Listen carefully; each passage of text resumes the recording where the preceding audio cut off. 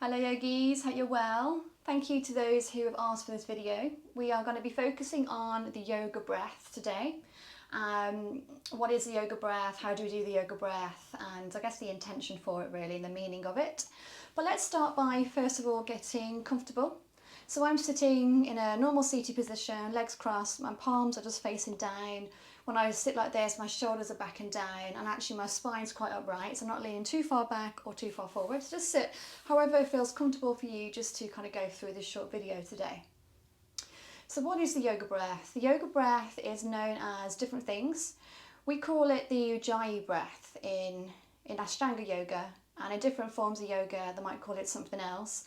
But in Ashtanga yoga we call it the Ujjayi breath.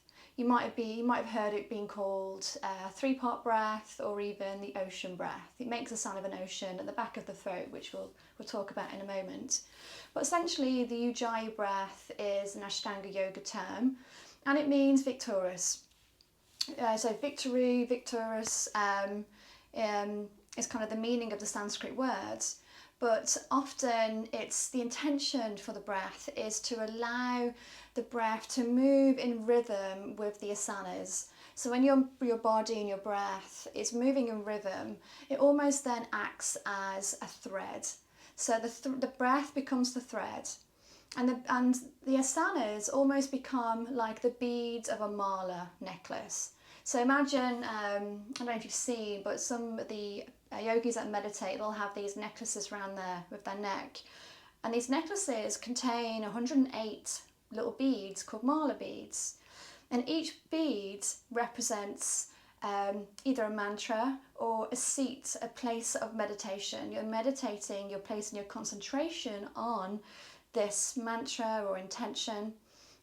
Or prayer, depending on the use of their mala beads. Whereas in yoga, if you think about the actual poses or the asanas become the mala beads, the place upon which we are meditating, finding our seat of meditation, seat of concentration and focus. And the breath almost becomes the thread that links all of the asanas together. So it becomes a beautiful, moving, flowing meditation. And so that's really how we use the breath in yoga. If you're new to yoga, you're probably finding at the moment you might be holding the breath when you're in your asana, and then you might be finding the body is contracting and restricting when you're trying to move into the various different asanas. So it's good to know how to use the breath, when to use the breath, but essentially what is the yoga breath? So let's move into a little bit more on how we do the Ujjayi breath. And in classes, when we have a bit more time, I normally take my clients through various steps to really be able to feel the breath in the body. So when you get used to switching on and switching into your Ujjayi breath, you won't need to go through the steps that I'm just about to take you through. But in the future, you'll just drop into it straight away, and it'll become automatic when you bring yourself onto your mat and to come to your practice. But I want to begin with the breath itself. So when we inhale and exhale, to begin with, I'd like you to be inhaling and exhaling just in your normal pattern, your normal rhythm. And then what we'll do is we'll lengthen the breath as we go forward. In yoga Ujjayi breath, you normally breathe through your nostrils. So you're inhaling and exhaling through the nostrils. But I want to really start to introduce the sound of the Ujjayi breath first. So the best way of doing that is to actually inhale through the nose and exhale through the mouth. So let's just do that for a little bit. Inhaling through the nose and exhaling through the mouth.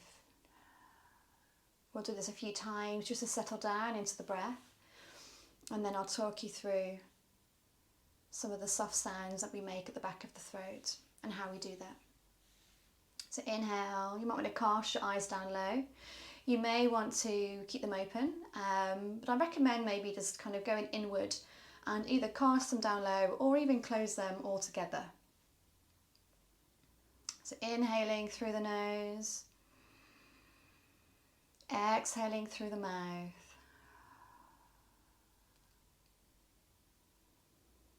Inhaling through the nose. Exhaling through the mouth.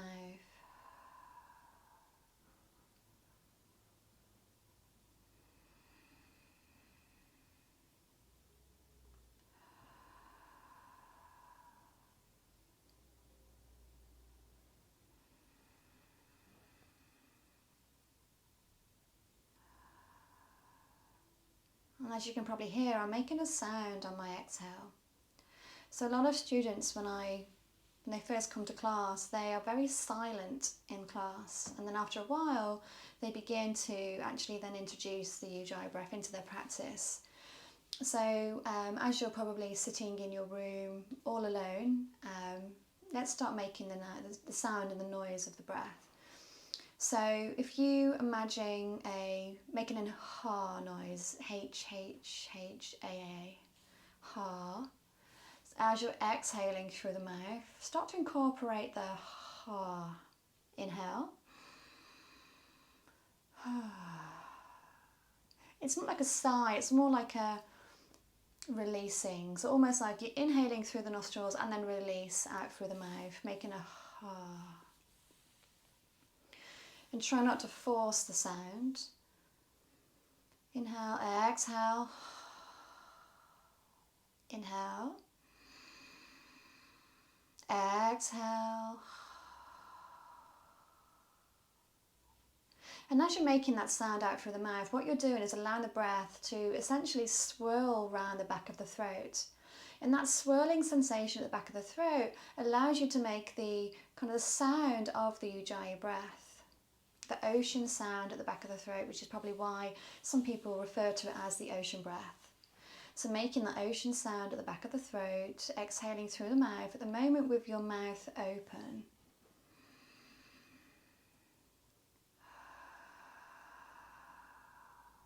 And now continue making the sound at the back of the throat, continue making the ha noise, but this time close the mouth. So now you're going to be inhaling and exhaling out through the nostrils, but still making that soft sound at the back of the throat. And we'll do that a few times.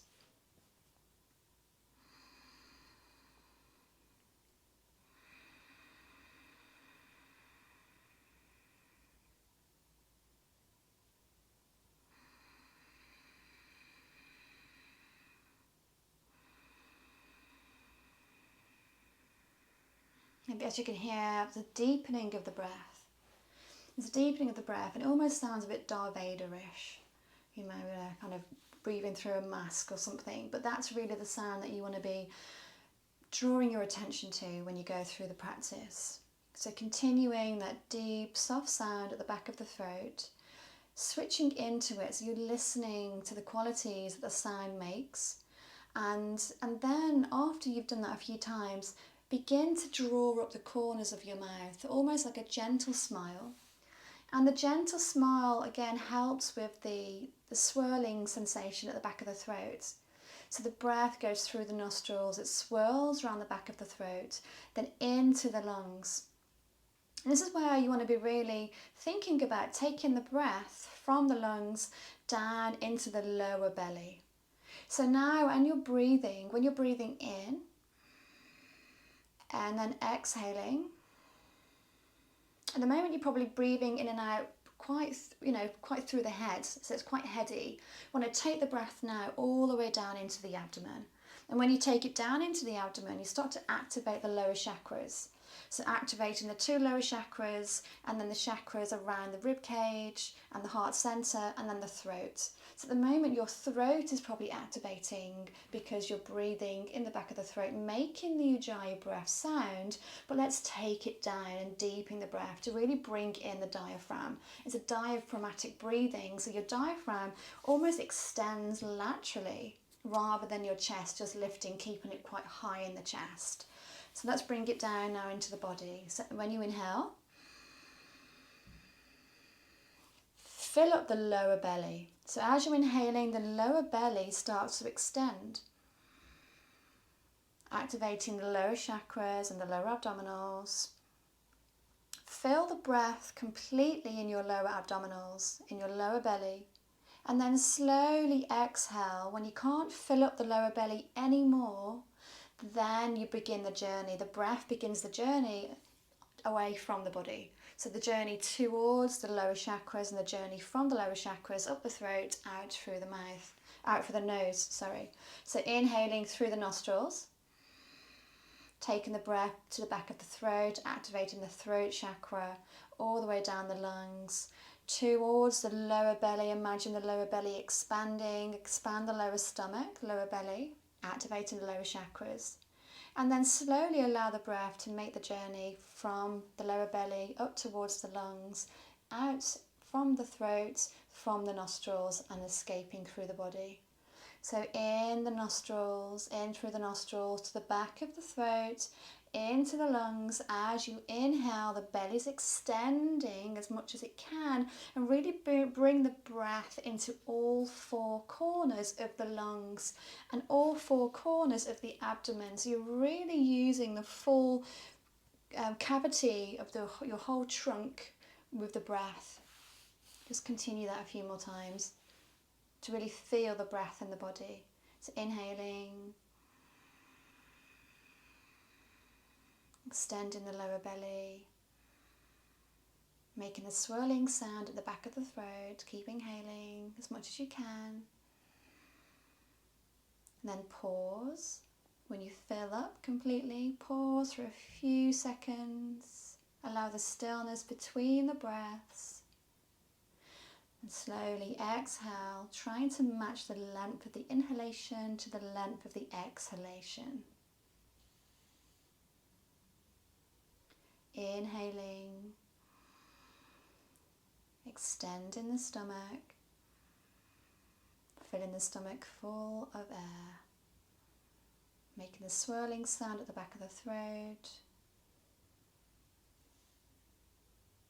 pausing when you get to the top, finding the space between the breath, the moment of meditation. Slowly exhaling.